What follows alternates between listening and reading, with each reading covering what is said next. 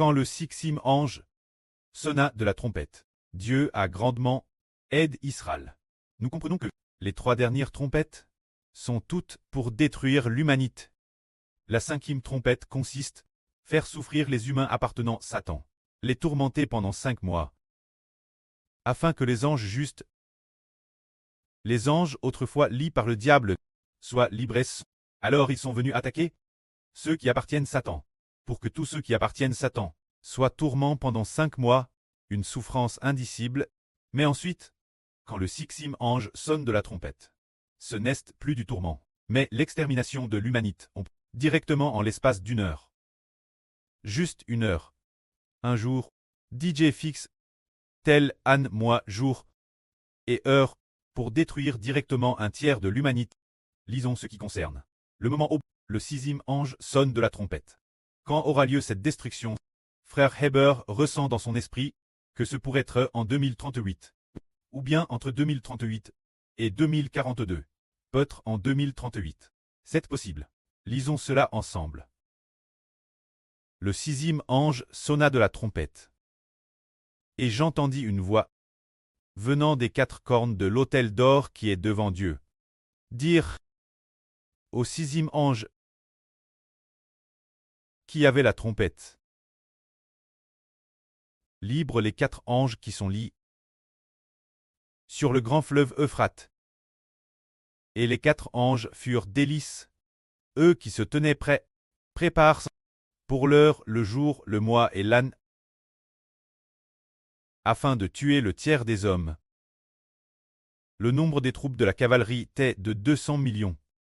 Ce nombre, je l'entendis, et ainsi je vis dans la vision. Les chevaux et ceux qui les montaient, ils avaient des cuirasses, couleur de feu d'hyacinthe et de soufre. Les têtes des chevaux étaient comme des têtes de lion, et de leur bouche sortait du feu de la fume, et du soufre.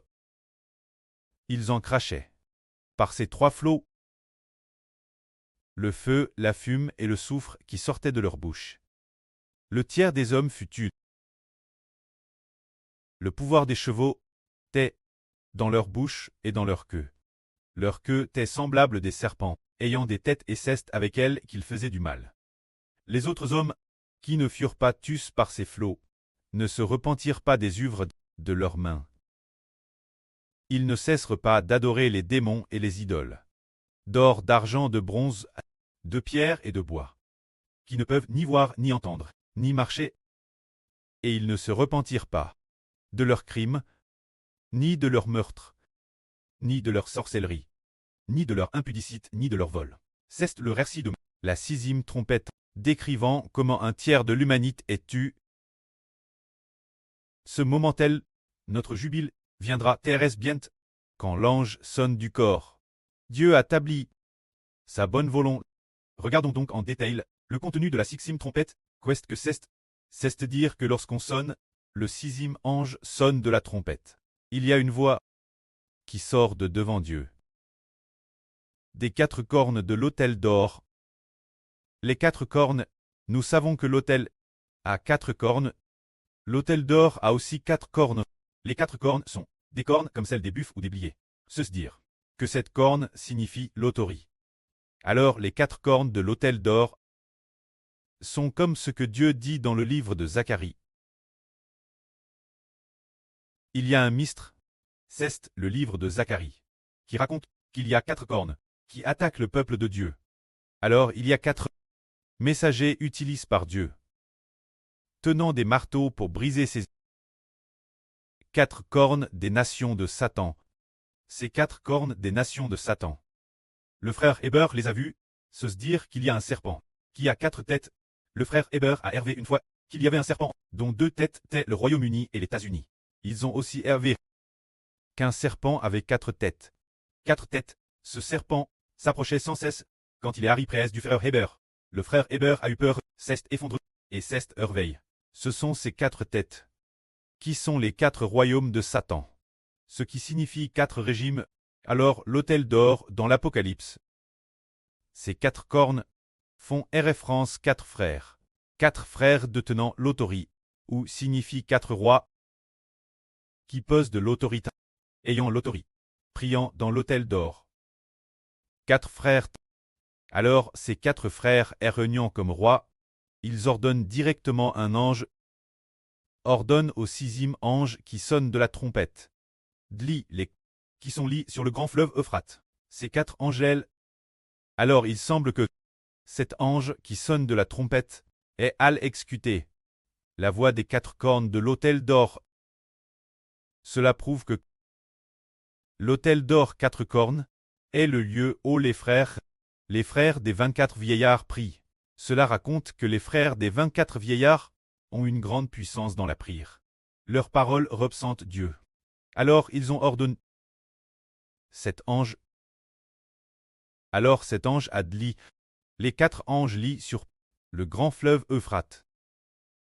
Cela veut dire que 4 anges tels lits. Tout l'heure nous disions qu'il y a des sauterelles de l'abme. L'ange des sauterelles, l'ange semblable aux sauterelles, t'es enferme dans l'abme. Qui aurait cru que 4 autres anges puissants soient aussi enfermes sur le grand fleuve Euphrate. Alors ces 4 anges ont été libres, ils avaient te préparé. Dieu les avait préparés. Pour l'heure, le jour, le mois et l'année, afin de tuer le tiers des hommes. Alors presque ces 4 anges eurent été libres. Ils ont mènent 200 millions d'anges, qui par 3 flots ont tué le tiers des hommes. Ces 200 millions d'anges, quels flots ont-ils utilisé? C'est avec du feu qui sort de leur bouche, par le feu et la fume. Cette fume pèse, et aussi le soufre. Cette fume de soufre, pour tuer le tiers de l'humanité. Voyons maintenant. Ces anges, quoi ressemblent ces 200 millions d'anges, comment ils sont? Ceux qui montaient les chevaux, portaient des cuirasses couleur de feu, d'hyacinthe. Se dire des cuirasses, les têtes des chevaux étaient comme des têtes de lion. En parlant de têtes de lion, comment se fait-il que les têtes des chevaux soient comme des têtes de lion? En parlant de têtes de lion, cela nous fait penser.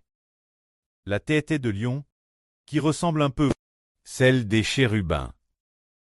Le premier chérubin avait une face de lion comme un lion. Cela rappelle aussi le Seigneur Jésus, qui est le lion de la tribu de Juda. Alors ces anges sont sous le contrôle du Seigneur Christ. Il semble que, alors ces chevaux ont craché divers flots pour frapper l'humanité. L'humanité en l'espace d'un jour, d'une heure, a vu un tiers de sa population détruit. C'est ce que Dieu a dit à Enoch, pour le jour futur de la vengeance de Dieu. C'est dire ce que le frère Ashbert a lu hier, concernant la proclamation de l'âne de graisse de Jéhovah, et du jour de la vengeance de notre Dieu, c'est dire qu'au moment où les anges commencent à sonner de la trompette, Dieu commence nous faire justice, commence nous venger. Vague après vague, c'est dire le son de la trompette des anges, qui commence la vengeance, mais sous le Seigneur Christ. Lors de l'ouverture des sceaux, il y avait beaucoup de sang de personnes tues qui coulaient sous l'autel. Alors il est dit qu'il faut attendre que le nombre des personnes tues soit complet, pour que Dieu nous fasse justice.